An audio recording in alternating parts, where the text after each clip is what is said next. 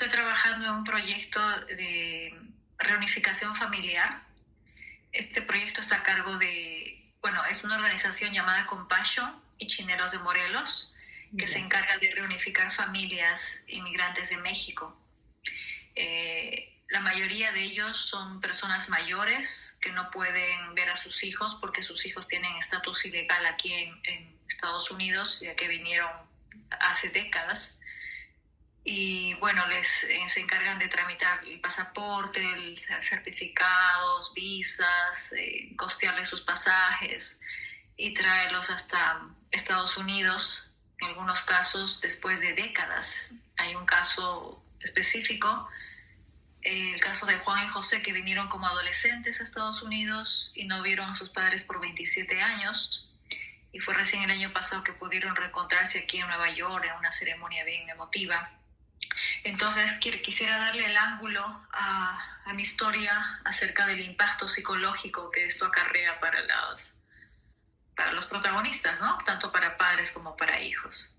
Entonces agradecería mucho su perspectiva y sus aportes. Definitivamente ellos se vinieron en una etapa de la adolescencia, que es cuando el ser humano quiere comprobar por sí mismo. Solo discúlpeme, ¿me permite grabar Claro, claro. la Sí. entrevista? Y otra preguntita más, no sé si se pudo leer un mensaje. ¿Será posible hacerlo en inglés? ¿O se No, siente más cómoda en en español. español? Excelente, ok, está bien. Voy a grabarla. Recording in progress. Ok, vamos a empezar con algunas preguntas generales y luego hablamos del caso de Juan y José, ¿sí? Ok. Gracias, doctora Marta Martínez, por acceder a esta entrevista. Empezaremos preguntándole desde su experiencia como profesional, ¿qué ocurre a nivel psicológico cuando una familia es separada por muchos años, ¿no? Estamos hablando de décadas. Depende de la edad que tengan los participantes en el momento que se separaron y cuál ha sido el tipo de comunicación que ellos han tenido. Antes, pues, tenías que esperar una carta que te demoraba un mes en ir y otro en venir. Ahora con esto de, pues, los videos, tú puedes tener una conversación y una mayor cercanía. Entonces, depende de eso. Pero hay una realidad y es el hecho de que hay algo que se llama idealización. Entonces, tú idealizas cómo deben ser tus hijos y los hijos idealizan cómo deben ser los padres. Entonces, eso suele producir cierto desengaño y cierta decepción e incluso cierta desilusión. ¿Ya? Y el hecho de que muchas veces cuando se encuentran y ya se ven en persona, pues resulta que no conozco a mi hijo o no conozco a mi padre. Interesante. Definitivamente afecta el desarrollo emocional de las personas. Estamos hablando inclusive de adolescentes, como es un caso específico que tengo en mi historia, que vinieron como adolescentes, el caso de Juan y José, y que no han visto a sus padres por 27 años. ¿Cómo podría afectar específicamente en estos casos a nivel emocional? Bueno, realmente ellos fueron quienes vinieron. No es sus padres los dejaron.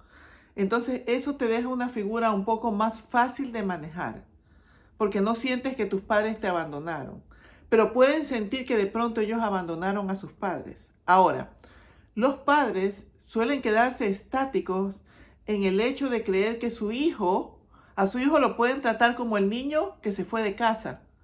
Y empiezan a darles órdenes y empiezan a decirle cosas y pues ellos no aceptan. Eso suele pasar y eso suele formar un conflicto.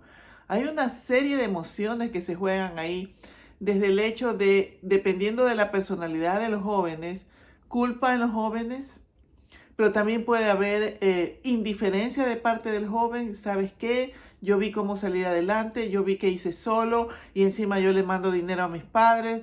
Entonces una serie de cosas a nivel psicológico que realmente afectan. Entre las emociones más comunes que se experimentan, también podemos estar hablando tal vez de ansiedad, de trauma, tal vez desconexión emocional. Yo lo Yo lo entraría más por el lado de el abandono emocional que ellos sienten, ¿ya? Porque un adolescente, por más independiente que se sienta, necesita saber que su casa es un lugar seguro donde él puede llegar, donde él puede estar. Entonces, en el momento que ellos se vinieron, no tenían un lugar, o sea, un hogar seguro donde ellos llegar. Y más que trauma, yo lo llamaría un sentimiento de soledad, ¿ya?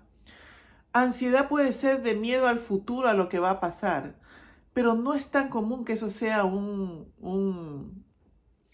diagnóstico. No, no, la palabra no sería un diagnóstico, una característica, ¿ya?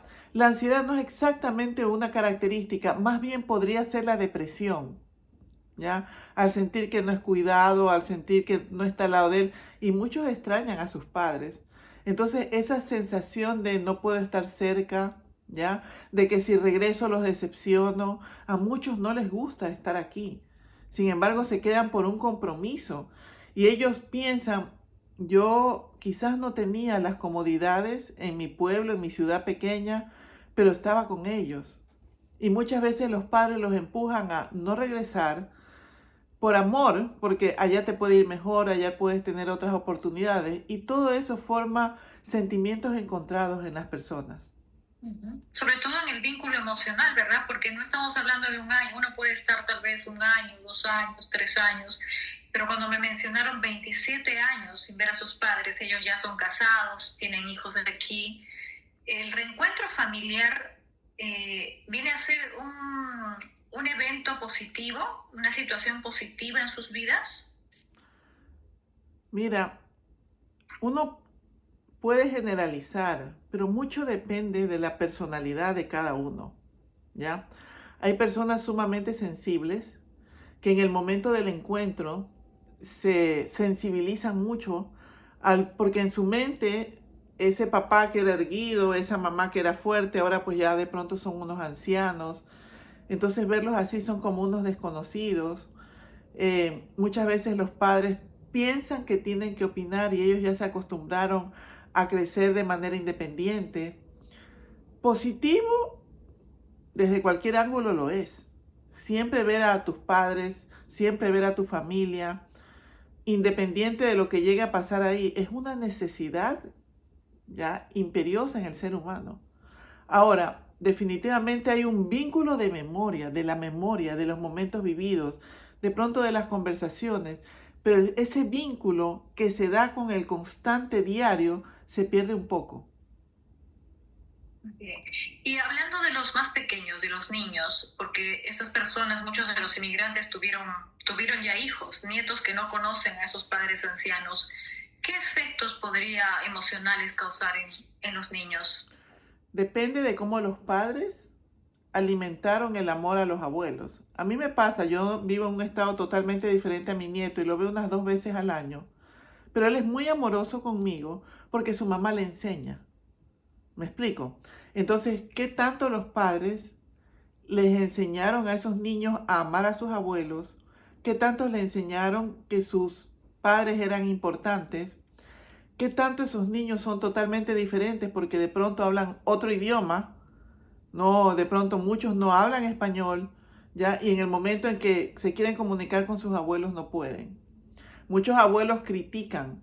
¿Cómo es posible que hayas perdido el idioma? Ese es un punto de mucha neuralgia porque no siempre los chicos quieren aprender el otro idioma, el idioma materno. Y entonces, ¿por qué lo criaste así? No puedo hablar con mi nieto. Definitivamente, el reubicarse, el reencontrarse, es algo totalmente aconsejable. Pero tiene pues sus efectos colaterales también. Ujú. ¿Cómo podrían estas familias reconstruir su vida después de tantos años de separación? Empezar a conocerse.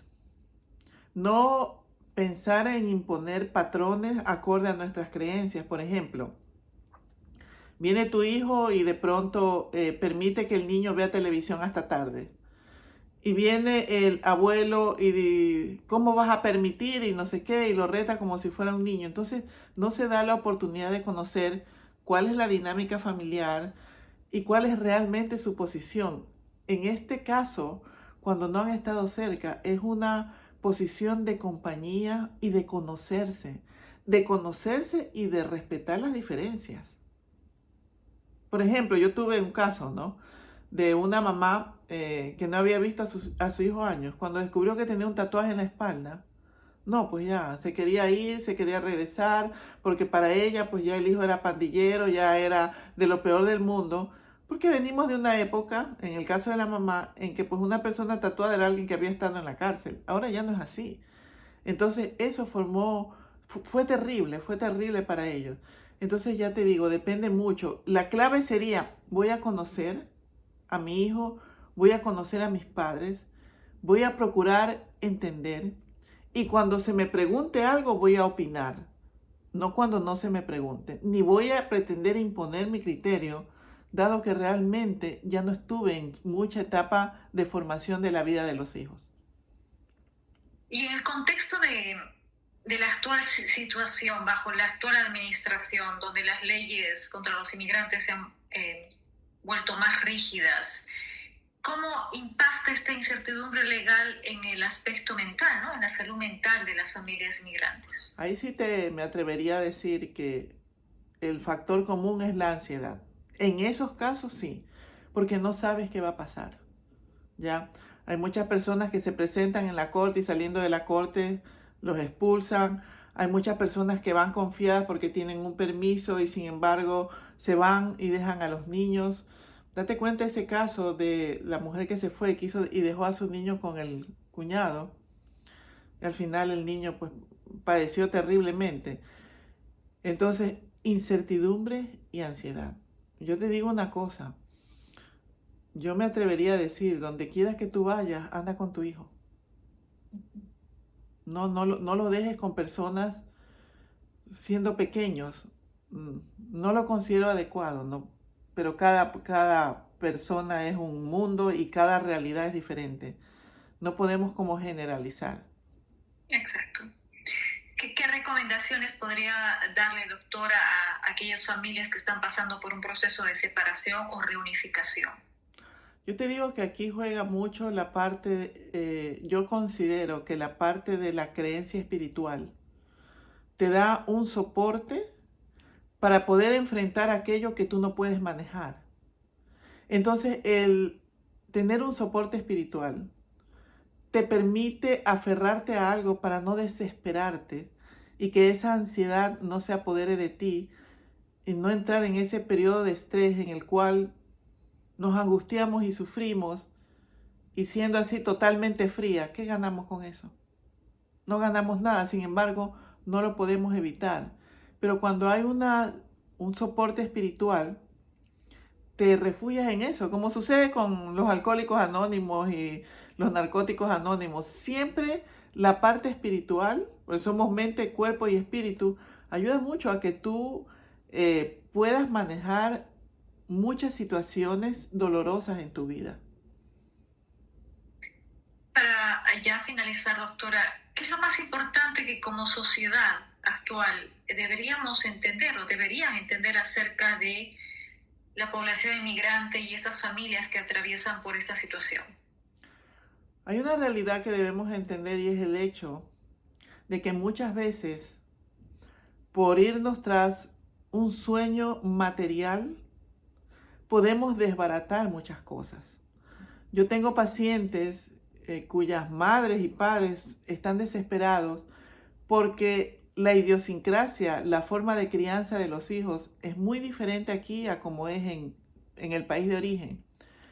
Entonces yo les aconsejaría, o nos vamos todos, o nos quedamos todos, ¿ya?